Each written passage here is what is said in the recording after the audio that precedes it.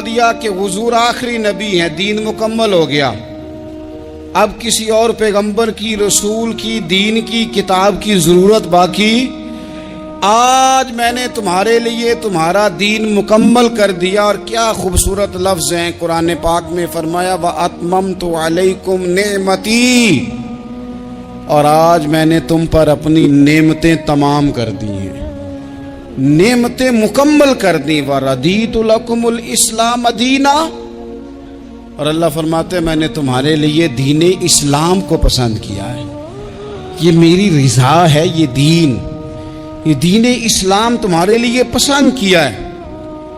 کوئی بندہ ساری زندگی مخلوق کی خدمت کرے، ساری زندگی رستوں سے کانٹے اٹھائے، ساری زندگی خیر کا کام کرے، کسی کو تکلیف نہ دے، لیکن اگر مسلمان نہیں نا، اگر کلمہ نہیں نہ پڑھتا، تو اس کی ساری عمر کی خیر بھی کسی کام کی نہیں۔ اس لیے کہ رب فرماتا ہے جڑ دین اسلام ہے، جڑ ہوگی تو پھر شاخیں قبول کی جائیں گی نا، تو اگر جڑ ہی سرے سے نہیں ہے تو خیر کرنے کا معنی، کچھ لوگ کفار کی، مشرکین کی تعریف کرتے ہیں کہ جناب بلے بلے اتنے ویلفیئر کام ہو رہے ہیں، تو یاد رکھو سب سے ضروری جڑ ہے۔ قرآن پاک میں رب تعالیٰ نے منافقین، مشرکین اور کفار کے اعمال کی بنیاد اس طرح کی بتائی ہے کہ جس طرح پتھر پر تھوڑی گرد پڑ جائے، ذرا ہوا کا جھونکا ہے یا بارش آئے تو پتھر صاف کا صاف ہو جاتا ہے۔ ان کے اعمال اس طرح کے ہیں۔ اس خیر کا کیا مطلب کہ جس خیر میں ایمان ہی شامل نہیں؟ جب تک بندہ مومن نہ ہو اس کا کوئی عمل بھی اللہ کی بارگاہ میں قابل قبول نہیں ہوتا۔ یہ آیت نازل ہو گئی، فرمایا دین مکمل ہو گیا۔ او میرے بھائیو، خدا را سوچو، کوئی شے مکمل نہیں دنیا میں، کوئی شے بھی۔ کروڑوں کا مکان بنا لو پھر بھی کوئی نہ کوئی نقص نکل ہی آتا ہے۔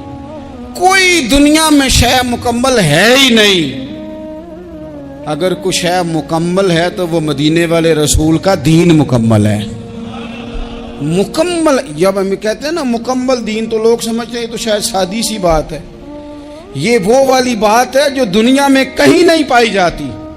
جب یہ آیت نازل ہوئی تھی نا، تو بخاری میں موجود ہے، ایک بہت بڑا یہودیوں کا عالم حضرت عمر فاروق رضی اللہ تعالیٰ عنہ سے کہنے لگا، یہ جو تم پر آیت نازل ہوئی ہے نا کہ دین مکمل ہو گیا، یہ اگر ہم پر نازل ہوتی نا، تو جس دن یہ آیت نازل ہوئی ہوتی ہم نے ہر سال اسی دن کو عید بنا لینا تھا کہ دین مکمل ہو گیا۔ الیوم اکملت لکم دینکم، دین مکمل ہو گیا، ہم تو عید بنا لیتے۔ تو حضرت عمر کہنے لگے ہم پر بھی بڑا فضل ہے، جس دن آیت نازل ہوئی تھی عرفہ کا دن بھی تھا اور جمعے کا دن بھی تھا، ایک نہیں دو عیدیں تھیں مسلمانوں کی، دو عیدیں تھیں مسلمانوں کی، دو۔ عزیز بھائی، دین مکمل اللہ نے دیا۔ اور حضرت عبداللہ ابن عباس رضی اللہ تعالیٰ عنہ نے تو ایک مقام پہ اس کا ذکر بھی کر دیا، جب ان سے کسی یہودی نے کہا نا یہ آیت ہمیں ملتی تو ہم عید مناتے، تو فرمایا تم ایک مناتے نا، ہماری دو تھیں اس دن۔ جمعہ بھی تو مسلمانوں کی عید کا دن ہے نا۔ بہت سارے لوگ ہیں بیچارے جو کہتے ہیں اسلام میں عیدیں صرف دو ہیں، اور وہ بھی صرف پریشانی انہیں عید میلاد النبی والے دن ہوتی ہے، اس کی آگے پیچھے نہیں ہوتی۔ حالانکہ نبی پاک علیہ السلام نے کہا ہر جمعہ بھی عید ہے، خود حضور نے فرمایا، لیکن وہ اڑ جاتے ہیں کہ نہیں عیدیں صرف دو ہی ہیں۔ بھائی آپ یہ کہہ سکتے ہیں کہ اسلام کی معروف عیدیں دو ہیں، اپنے معنی اور مفہوم کے لحاظ سے جس کو یوم عید کہا جائے وہ عیدیں دو ہیں۔ تو نبی پاک صلی اللہ تعالیٰ علیہ وسلم نے میدان عرفات میں خطبہ دیا۔ یہ جو واعظ و نصیحت ہے نا، خطبہ، تقریر، یہ دنیا کر رہی ہے، کرتی رہے گی، کرتی چلی آئے گی، اور اس کو میرے نبی پاک علیہ السلام نے پسند فرمایا۔ خیر کی بات کرنے والے کو حضور نے دعا دی۔ محبوب فرمانے لگے اللہ جو میری حدیثیں یاد کر کے آگے پہنچائے اس کے چہرے کو تر و تازہ رکھنا۔ یہ ابلاغ دین بہت بڑی بات ہے اگر کوئی خلوص نیت سے کرے۔ لیکن کائنات عرضی میں وہ جو حضور کا خطبہ حجۃ الوداع ہے، وہ دستور ہے، وہ منشور ہے۔ انسانی حقوق پر اس سے بڑا چارٹر نہ پہلے کبھی تھا نہ قیامت تک دوبارہ بن سکتا ہے۔ اس کو خطبہ حجۃ الوداع کیوں کہتے ہیں؟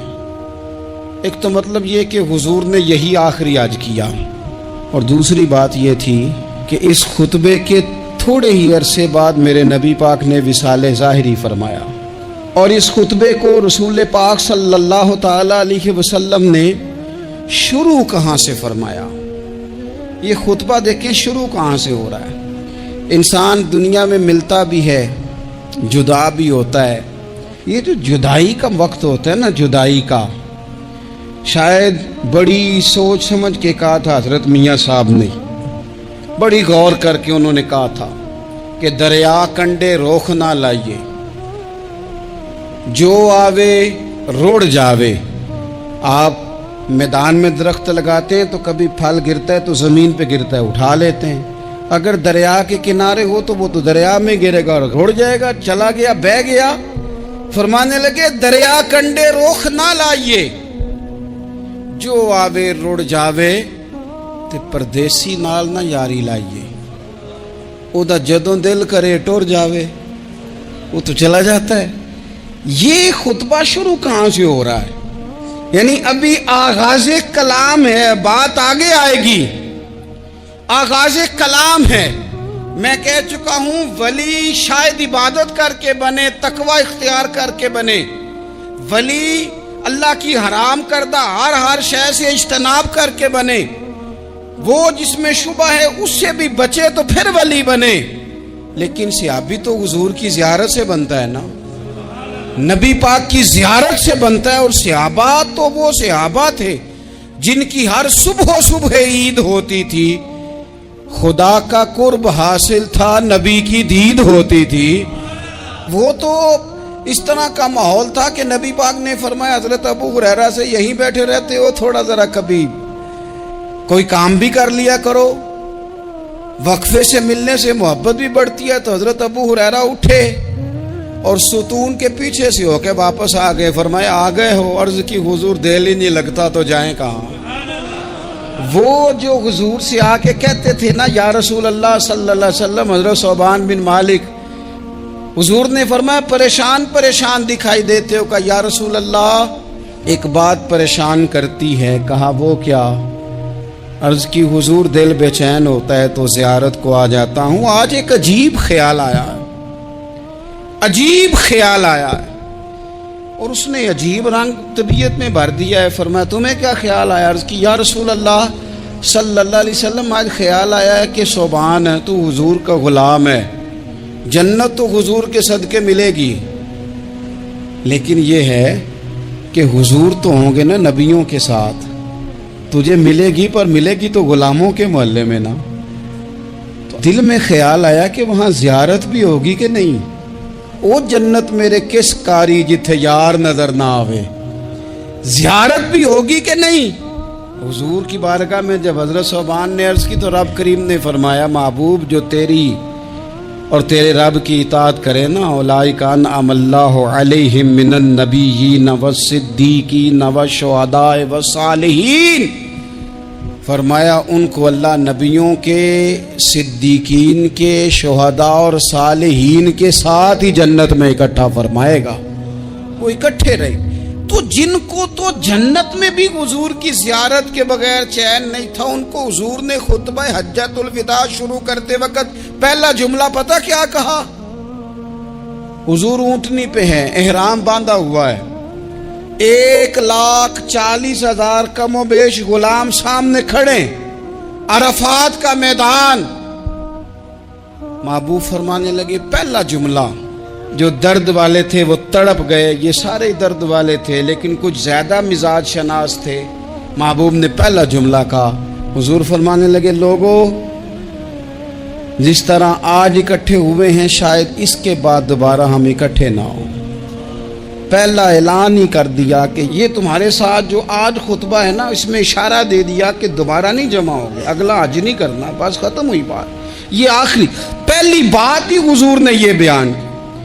اب وہ اتنے دل نرم ہو گئے حضور کی بات سن کے، آنکھوں میں آنسو اس طرح آ گئے، طبیعت کا ملان اتنا بڑھ گیا کہ ہر ایک کا دل کشکول بن گیا، ہر طرف سے آہیں اور سسکیاں ہیں کہ حضور کے وہ جملے یوں صحابہ لے رہے تھے جب آپ سے کوئی کہہ دے کہ بھائی یہ وقت بس آخری ملاقات کا ہے، تو پھر انہوں نے وہ تو حضور کی ہر بات ہی توجہ سے سنتے تھے، پر یہاں جو انداز بن گیا وہ انوکھا بن گیا۔ فرمایا شاید دوبارہ ملاقات نہ ہو۔ پھر میرے کریم محبوب صلی اللہ تعالی علیہ وسلم نے فرمایا جس طرح تمہارے لیے یہ شہر حرمت والا ہے، مکہ حرمت والا ہے نا، ایک نیکی کرو تو مکے میں 1,00,000 کا ثواب، حرم مکہ میں ایک گناہ کرو تو وہ بھی 1,00,000 لکھا جاتا ہے، حرمت والا ہے، بڑی عزت والا ہے۔ فرمایا جس طرح یہ گھر عزت والا ہے کعبہ، جس طرح یہ شہر عزت والا ہے، فرمایا جس طرح آج کا دن حرمت والا ہے، مسلمانوں میں تمہیں بتا کے جا رہا ہوں، تمہیں سمجھا رہا ہوں، اسی طرح میں نے تم سب پر ایک دوسرے کے مال اور عزت کو حرمت والا کر دیا ہے۔ اور صحابہ کو نا حضور نے پہلے یہ سبق پورا حضور نے پوچھا، یہ بھی ذرا کمال ہے، یہ بخاری مسلم کی حدیث ہے۔ حضور نے صحابہ سے پوچھا 9 ذی الحجہ ہے، جمعے کا دن ہے، ذی الحج کا مہینہ ہے، سب کو پتہ ہے، دیکھیں نا آپ جمعہ پڑھنے ہیں تو میں آپ سے کہوں کہ آج کون سا دن ہے تو آپ کہیں گے جناب جمعہ ہے، عجیب آدمی ہے جمعہ پڑھا رہے ہو، لیکن جو صحابہ کا انداز ہے وہ اور ہے۔ حضور نے پوچھا آج یہ کون سا مہینہ ہے، یہ ادب ہے، یہ مقام ہے، یہ وہ مقام ہے جہاں بہت سارے صرف عقل والے بندے جو ہوتے ہیں نا وہ بیچارے گرتے پھڑتے ہیں، کہتے ہیں جی بات آتی ہو تو بتانی چاہیے، یہ کیا بات ہوئی جی، بندہ بولے ہی نا، یہ کیا لیکن کچھ لوگ ایسے ہیں جن کا دھارا ادب کچھ اور ہوتا ہے، انہیں ڈھیروں باتیں بھی آتی ہوں تو ہر جگہ بات کرنے کی نہیں ہوتی، سب جگہ کہانیاں سنانے کی نہیں ہوتی۔ حضور نے فرمایا کون سا مہینہ ہے، قربان جائیں بھیا کو زبان ہو کے کہنے لگے واللہ و رسولہ عالم، اللہ جانے اللہ کا رسول جانے، سانو تے قید سجن دا گہنا ہے، او جنج رکھے اسا اونج رہنا ہے، ہمیں کیا پتا، پوچھا کسی نے، لکھا ہے صوفیاء نے، کسی نے پوچھا تمہیں پتہ نہیں، کہنے لگے چپ کر، ہمیں کیا پتا کون سا مہینہ ہے، تو حضور نے فرمایا آج تاریخ کون سی ہے، بھائی صاحب کو پتا تھا نا 9 ذی الحج کو یہ حج ہوتا ہے، کون سی تاریخ ہے، کہا واللہ و رسولہ عالم، اللہ جانے اللہ کا رسول جانے، قربان جائیں۔ حضور نے پوچھا دن کون سا ہے، سب کو پتہ ہے جمعہ ہے، کہنے لگے واللہ و رسولہ عالم، اللہ جانے اور اللہ کا، وہ صحابہ بتا کیوں نہیں رہے، تو اہل محبت کہتے ہیں صحابہ کا جواب یہ تھا ہمیں کوئی مہینوں سے غرض ہے، ہمیں کوئی دن سے غرض ہے، ہمیں کوئی تاریخ سے غرض ہے، حاجیو آؤ شہنشاہ کا روزہ دیکھو، کعبہ تو دیکھ چکے کعبے کا بھی کعبہ دیکھو، ہمیں تو محبوب سے غرض ہے۔ مہینہ تھا ذی الحج کا، اگر حضور کہہ دیتے ذی الحج نہیں ذی قعدہ ہے تو ہم نے ذی قعدہ بنا لینا تھا، تاریخ تھی 9، اگر حضور فرما دیتے 11 ہے تو ہم نے 11 ہی بنا لینی تھی، دن تھا جمعے کا، اگر حضور کہتے پیر ہے تو ہمیں کیا لگے، ہمیں تو محبوب کی رضا چاہیے۔ آپ دیکھیں نا ایک صحابی کے ہاتھ ذرا لمبے تھے تو حضور نے فرمایا یا ذوالیدین، او لمبے ہاتھوں والے، ان سے کوئی پوچھتا نام کیا ہے تو کہتے میرا نام ہے 2 ہاتھوں والا، او بھائی میرے بھی 2 ہیں، تو کیوں 2 ہاتھوں والا، کہنے لگے یہ نہیں مجھے پتا، مجھے نبی پاک نے کہا 2 ہاتھوں والا، تو ٹھیک ہو گئی جو حضور نے نام رکھ دیا۔ تو حضور سید عالم نے پوچھا، پھر حضور نے حرمت یاد کرائی، فرمایا یاد رکھو یہ دن بھی بڑی عزت والا ہے، جمعے کا ہے، یہ مہینہ بھی بڑی حرمت والا ہے، ذی الحج کا ہے، یہ تاریخ بھی بڑی حرمت والی ہے، لیکن فرمایا جس طرح اس دن کی، اس شہر کی، اس مہینے کی تم نے عزت کرنی ہے، اسی طرح ایک دوسرے کے مال کا، ایک دوسرے کی عزت کا تم نے پاس کرنا۔ مسلمان بھائیوں خدا را. یہ حضور کہہ رہے ہیں یار. نبی پاک نے کعبہ کے سامنے کھڑے ہو کے فرمایا بیت اللہ تیری بڑی شان ہے, تیرا بڑا مرتبہ ہے, لیکن فرمایا میرے مومن کی عزت رب کی نظر میں کعبے سے بھی زیادہ ہے. ہم کیسے بیٹھ کے یار, ہم کیسے جرأت کرتے ہیں کسی کی پگڑی کھولنے کی کونے میں بیٹھ کے؟ ہم اپنے گھر بیٹھ کے کسی پر تبصرہ کر گئے, کسی بندہ مومن کی عزت اچھال گئے, بالکل پتہ نہیں تھا بات کا, اور ہم نے کہانی بنا دی پوری کی پوری, داستان سرائی کر گئے. صبح سے شام تک ہماری گپ شپ کا عنوان کیا ہے؟ کسی نہ کسی کا شکوہ, کسی نہ کسی کی شکایت, یہ ہماری گپ شپ ہے. خدا را حضور نے تو خطبہ حجۃ الوداع میں پہلا سبق یہ دیا تھا کہ میرے جانے کے بعد ایک دوسرے کی عزت کرنا, اور اسی خطبے میں ایک جگہ پہ فرمایا یہ نہ ہو کہ میرے جانے کے بعد تم ایک دوسرے کی گردنیں مارنے لگ جاؤ. ایک دوسرے کی عزتوں کا خیال کرنا, پاس کرنا. مسلمانوں, میرے عزیز بھائیوں, بزرگوں, عزتوں کا دفاع شروع کریں. تھوڑی دیر کے لیے اپنی زبان لوگوں کے اوپر تبصرہ کرنے سے کنٹرول میں لائیں.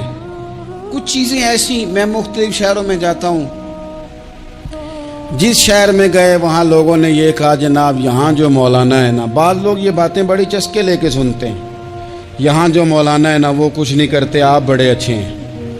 یہاں جو پیر صاحب ہیں وہ بڑے گڑبڑ ہیں, آپ بڑے اچھے ہیں. تو میں ان سے کہتا ہوں کہ میں اس لیے اچھا ہوں کہ میں تھوڑی دیر کے لیے آیا ہوں, میں نے چلے جانا ہے.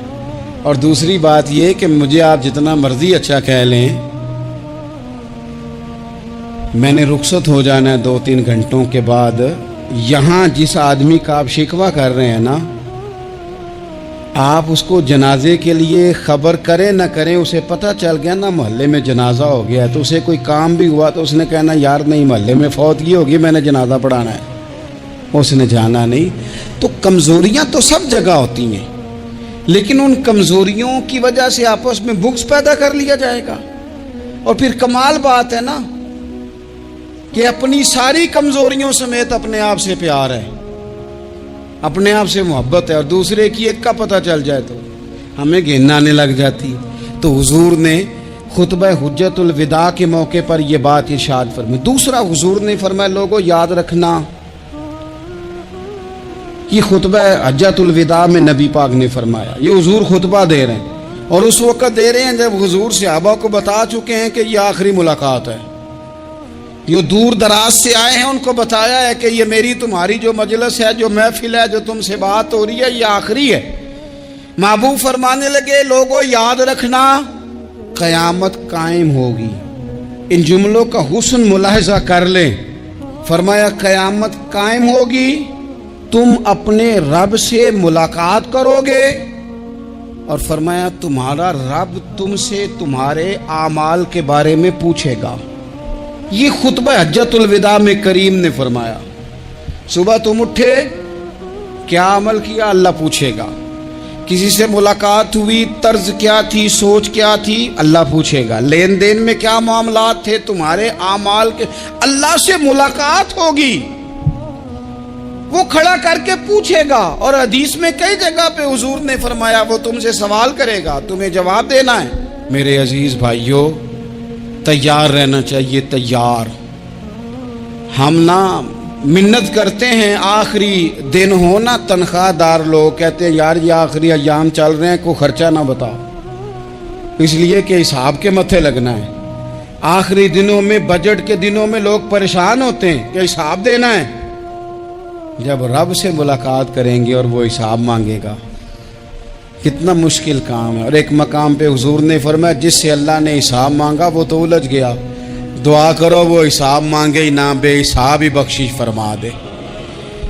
نبی پاک صلی اللہ تعالی علیہ وآلہ وسلم نے ارشاد فرمایا اسی خطبہ حجۃ الوداع میں, حضور فرمانے لگے سن لو, میں نے تم تک اللہ تعالیٰ کا پیغام پہنچا دیا ہے. اب جس شخص کے پاس امانت رکھی ہو اس پر لازم ہے کہ وہ امانت اس تک پہنچا دے جو اس کا مالک ہے. ہم بہت سارے لوگ ایسے ہوتے ہیں, ہمارے پاس امانتیں ہوتی ہیں, کچھ بھی نہ ہو تو کچھ لوگوں کے راز کی امانت ہوتی ہے، کچھ بھی نہ ہو تو کچھ لوگوں کی باتیں ہم تک پہنچ جاتی ہیں، وہ راز ہوتا ہے، وہ امانت ہوتی ہے۔ مجلس کی گفتگو بھی امانت ہے، لیکن ہم امانتوں کا خیال نہیں کرتے، خیانت ہو جاتی ہے۔ بہت محتاط ہو کر اپنی زندگی میں امانتوں کا خیال کیا جائے۔ یا ایھا الذین آمنوا لا تخونوا اللہ والرسول وتخونوا اماناتکم وانتم تعلمون۔ اللہ فرماتے ہیں ایمان والو، نہ رب سے خیانت کرنا، نہ رب کے رسول سے خیانت کرنا، نہ آپس میں ایک دوسرے سے خیانت کرنا، جانتے بوجھتے ہوئے یہ کام نہ کرنا۔ وانتم تعلمون، جانتے ہو، تمہیں پتہ ہے۔ کبھی بھی بددیانتی کا مظاہرہ نہ کریں اپنی زندگی میں، کبھی بھی۔ اور یہ بھی یاد رکھ لیں، بچوں کو کیا پتا کہ ہمارا ابا حلال لا رہا ہے کہ حرام لا رہا ہے؟